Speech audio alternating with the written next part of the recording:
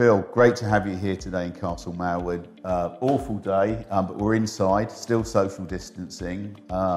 Phil, obviously you're the founder and a consultant now for embedded IT, working on some really interesting sustainability projects, which we in Vissensa are really interested in terms of not only sustainability, but obviously the planet. There's some of the sort of stuff that we put out on blogs and things like that.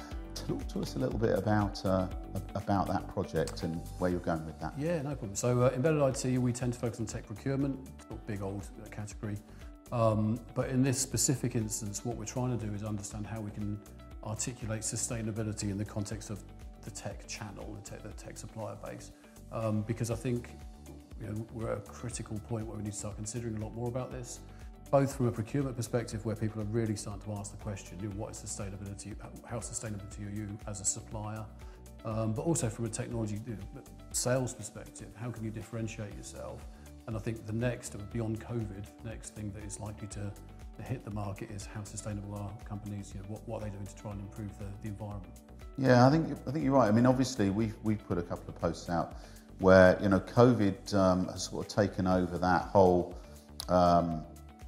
idea that climate change is really coming, and I'm really concerned and worried about that. I mean, the amount of PPE that is plastic based that is being used, and it's interesting that the sustainability from an IT perspective is your perspective that people have only just woken up to that, or that what's the impetus that organisations are starting to get into? Yeah, there's a couple of interesting dynamics. I think at the corporate end, the high end of spend, most people are asking the questions about sustainability of IT suppliers, largely driven by corporate social responsibility processes.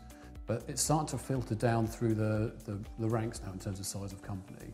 And I think COVID has been a catalyst for that, because it's raised awareness of the value that technology can bring in improving people's environmental footprint.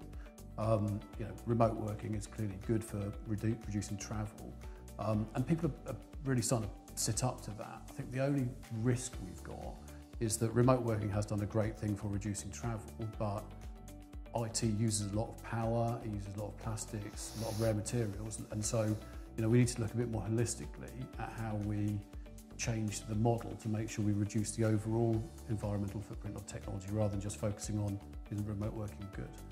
So COVID's created a new dynamic, but I think we need to now expand the conversation a bit.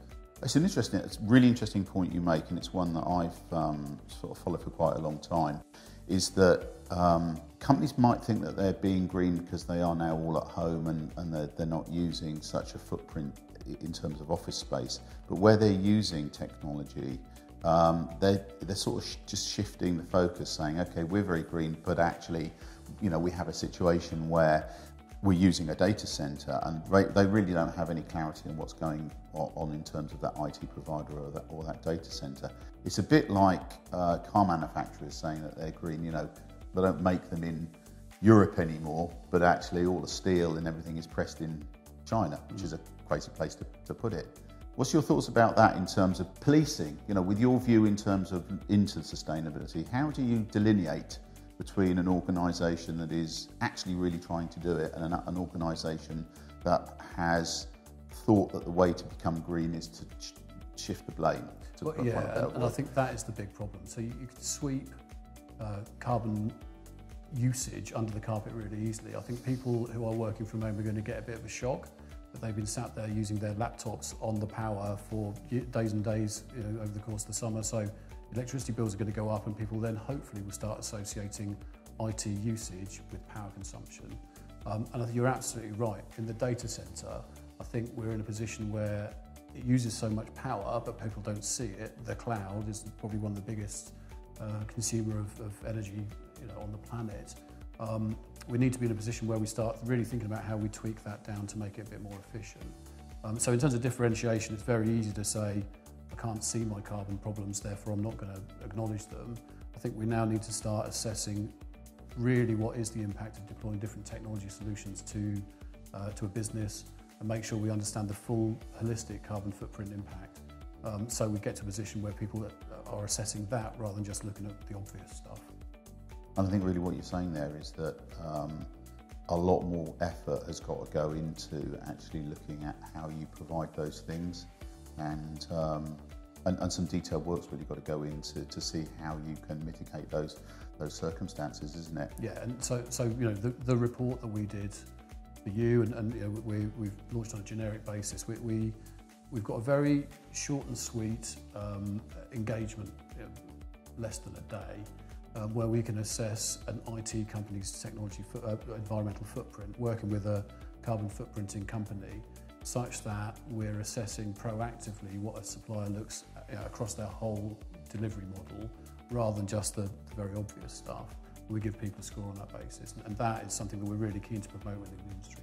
Yeah, and we really want to get behind you in terms of that, and it was a relatively painless process, and I know we're going to talk a little bit more about that at some point in time, but brilliant. Thanks Phil. Cheers. So Steve, we've clearly just done your environmental sustainability report, which we're badging as the Embedded Sustainability Index, and congratulations on achieving 69%, which is a very good score. Yeah. I think, it'd be interesting firstly to get your feedback on what the process was like to actually go through, understand your environmental footprint on that basis. Yeah, I mean, we're really proud and, honoured that it's 69%. Obviously, we've for a long time looked at sustainability. We do take things quite seriously in terms of right down to the data centre stuff, as you know, in terms of how they power and how they cool stuff, which is important. So yeah, 69%, I have to say, at the first crack. There's more to do, and your report shows that, and it's a great it's a great signpost for some of the things that I didn't know, and I'm as I say, I think I'm relatively environmentally savvy, and there was a bunch of stuff that you guys highlighted, which was like, wow, that's a new to me in that respect. In terms of the process, obviously it is around about a day's worth of work. Sometimes a little bit more than that, but it's really straightforward. So I think that it's an easy thing to go and find out, and I think one of the things that came out of it for me, the takeaway was that anybody doing this, it's a great first step. It's not particularly painful, and there's not a pass or fail mark, is there, Phil? No, absolutely not. And I think you're right. By design, the process is a first step. And what we're trying to do from Embedded's perspective is ISO 14001 is a really good example of a really good environmental management system that you can implement, but it's a massive undertaking, and you need specialist resources and a lot of overhead, specialist tools. And we think that certainly the UK IT industry isn't necessarily ready for all jumping into that game. What we're trying to do is highlight things that questions you should ask yourself as to how you run your business, such that you gain some benefit from being aware of what you do. And our other view from an Embedded's perspective is that procurement people are going to start asking these questions more and more.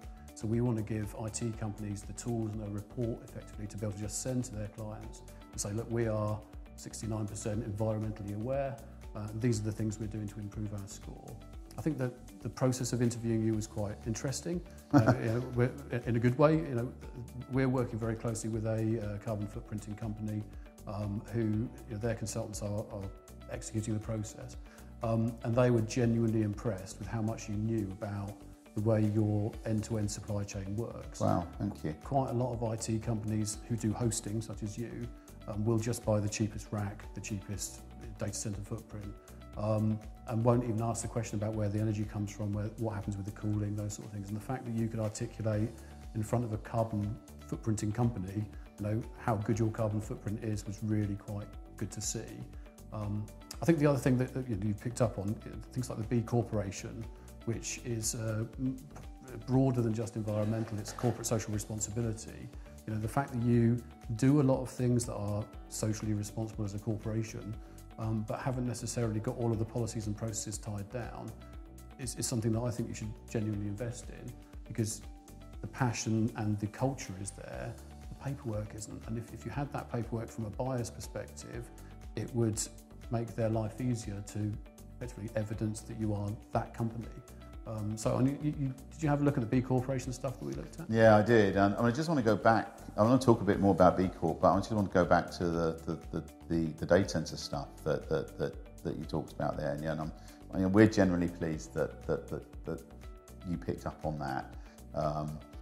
But you from an IT perspective, you'll understand is that by asking those questions, there's a whole bunch of ancillary things, regardless of whether it's climate or not. And the fact of the matter that somebody calls their data centres correctly actually extends the life of customer equipment in a data centre. The very first thing that you look at in a hot and cold aisle of a data centre is how hot is that, and is those servers ingesting hot? Because that has a massive effect on not only our equipment, which is costing a lot of money, but actually also customer equipment. We've got it in there. And so the reasoning of actually understanding how the data center then does it in an environmental way is actually, it's a very short step to do that. So if you don't really understand how a data center does it, it sort of almost follows is that you're not really interested in terms of the environment around either your or your customer's equipment, which I think is detrimental. Yeah, and I think based on my experience, asking those questions is a rarity in this marketplace. Yeah. I think very few hosting providers get into the depth of where energy comes from in a data center, the cooling process and that sort of stuff. It largely seems a tick in the box. So yeah. I'm absolutely with you. I think if you ask those questions, you'll understand more about the way the environment works, and therefore you'll provide a better service by default. Yeah, brilliant. And your question about B Corp, I didn't know. I genuinely didn't know, yeah. Which was amazing. But as you say, actually, when you start to break it down, we are doing an awful lot of things that a B Corp would do, both for staff and also for customers and for the environment and all of the other things that are in that B Corp. So it's absolutely something that we will continue to drive down to try and become a B Corp. I mean, it's interesting because it's not the sort of thing you would generally get involved in a conversation around, but the fact that you actively switch off your power at 6 o'clock every evening in the office, obviously not in the data centre, but you are driving a behaviour that is all about reducing your energy footprint, and you do that by default, not necessarily because you've got some policy that you can send to the market that says that's what you do, just because you do. And yeah. I think we need more people like that to drive better environmental footprint across the UK IT industry, in my view. Yeah, brilliant. Thank you. So I mean, from my perspective, really good score. I think the report will be available, or is available to you guys already, but I'm sure will be available on your website at some stage in the future. Absolutely. And we look forward to working with more companies to find the same sort of benefits that they provide. Yeah, can't endorse it enough. Thanks, Phil. Great.